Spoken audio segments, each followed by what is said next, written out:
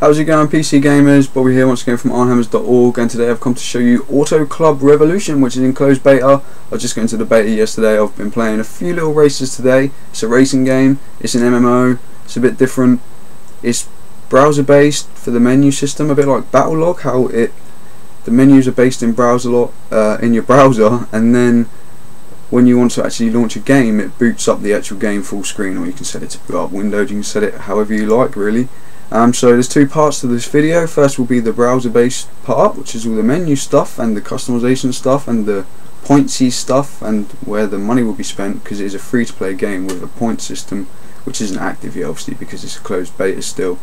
And as I will mention again at the end of the video, we're going to have some beta keys to give away, so if you like the look of it then stay tuned and hit subscribe or something.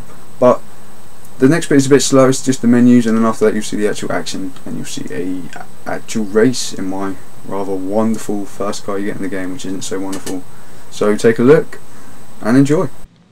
So here we have the Auto Club Revolution homepage, and as you can see I am logged in as Ironhammers. This is what you'll see when you log in. You have a credits balance, which is where I'm guessing the real money will come in with this balance when the game actually launches, but at the moment in closed beta you've just got credits which you earn from racing, which you can spend on other things to upgrade your car. You can see at the moment I just have a rather measly Opel Astra, and that's the car you get when you first start by the looks of it at the moment. The amount of cars available and stuff will change when the game launches in full, but aside from that we can see we have the home page, which is where we are now. And then we have the race hangout, which is a different page where you can see if it will load and if it will join the hangout. Here we are. You can see that everybody who's online at the moment is in here, and you can see their little cards. You can see there's only 19 people online at the moment. Not so many people because obviously it's in closed beta still, but you can see there's a chat room here.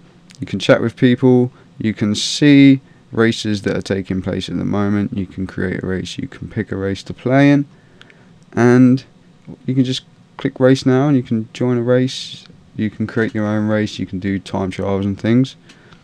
Then we have our own profiles, so you'll be able to see our profile on here, and you can set stuff about yourself and everything else. You can earn achievements which you can display next to your title. You can update your status and it will show you your car. And back on the home page, another thing kind of linked with that is this feed down here. So it says, when I started it up, it said important events will appear in your feed. So I'm hoping that it will be a bit like Autolog from Need for Speed, and will actually tell you if a friend has beaten your lap times, or if a friend has set a new record on another track, or if your friend's bought a new car or something like that. But then moving on, you have a workshop. You can upgrade your car spending credits, you can change the paint colour of your car, and you get a really cool, when it loads, picture of your car that you can look at and you can see around, and you can see it's a really quite nice quality picture considering it's in your browser. It is lagging a little because I'm recording at the moment, it's not quite playing it, but here we are. You can see it's a rather nice model of your car. You can change the colour and you can do all this from within your browser. So basically the whole game's menu is in your browser, apart from a small download that you have to download beforehand and you have to run in the background while you're playing, which is what launches the actual races. Apart from that, you can do everything in your browser so long as you've got that. I don't think you even need that installed to do that. I think you only need that installed to actually play a race. So you can change the colour of your car, you can save it, you can set different wheels, different paint jobs, different decals and things like that. Then there's the styling suite where you can see you can buy different decal packs. There's various ones you can choose from. Then also you can buy upgrades for your car. You can see you can buy suspension upgrades and wheel upgrades and different things, all the kind of stuff you would imagine from a game about cars. It's kind of like Gran Turismo in your browser, but then you get to actually race too. It's pretty cool. Next up we have the showroom, which is obviously, believe it or not, where you buy new cars. So you can see available to me, since I haven't done many races yet. I haven't earned a good license. Are only a few cars that I can actually buy. They cost 500 credits, so I haven't quite got enough to buy one of those yet, but I've got my Opel Astra at the moment, which would do. Then you can see there's a whole load of other cars on there. There's BMWs, there's Jaguars. If you look further down, they're all licensed. Mazda RX-8 there, you can see the car before you buy it, although it's taking a really long time to load for me at the moment. It's being a bit playing up with the screen capturing software, to be honest, but it's not too bad. It's okay. You can see now the next car, the Opel Astra, which is the one I already own.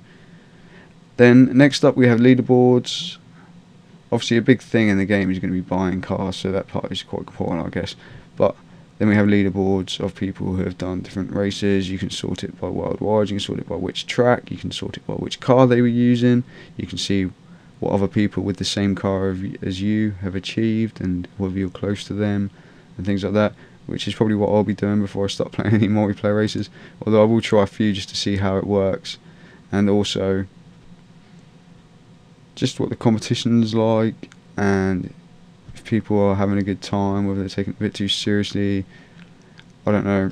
It's all going to be part of the game at the end of the day when it's all so heavily online focused. But that's basically it for the menus. You have a small client that you can change settings in. I might be able to bring that up here, I'm not sure.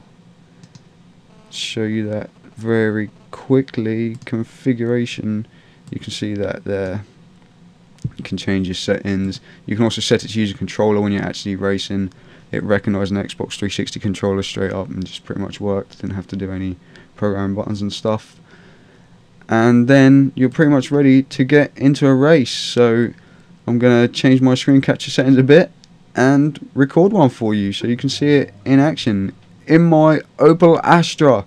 Check me out. Be right back. So we're in a race, people. I've just put it onto an easy track, just on a quick time trial, so just so you can have a look and get a look at what it looks like. And you can't really deny the fact that while it's a little bit simple in some parts, like the race line is a bit more simple than on some games, it hasn't got any animations and things, but as far as looks go, and especially the car models themselves, it looks pretty nice.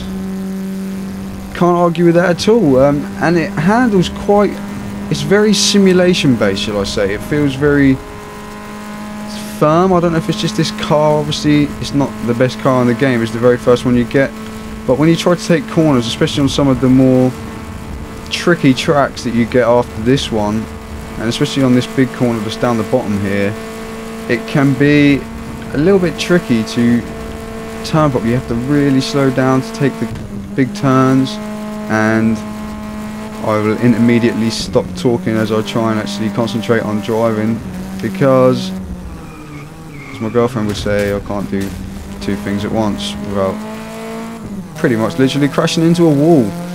But that said, a little bit of water spray up effect coming out there, nice little touches, but the actual driving is so hard to turn in this car.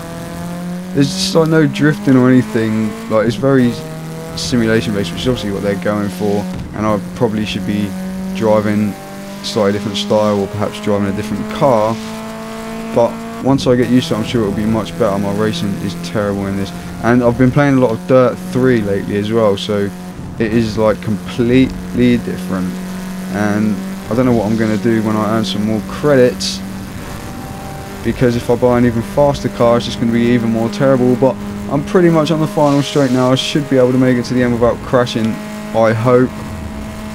And at this point I will say that was Auto Club Revolution. It's in closed beta now, and keep your eyes peeled because we're going to have some beta keys to give away soon, so don't forget to subscribe for more PC gaming content as I approach the finish line and try not to crash.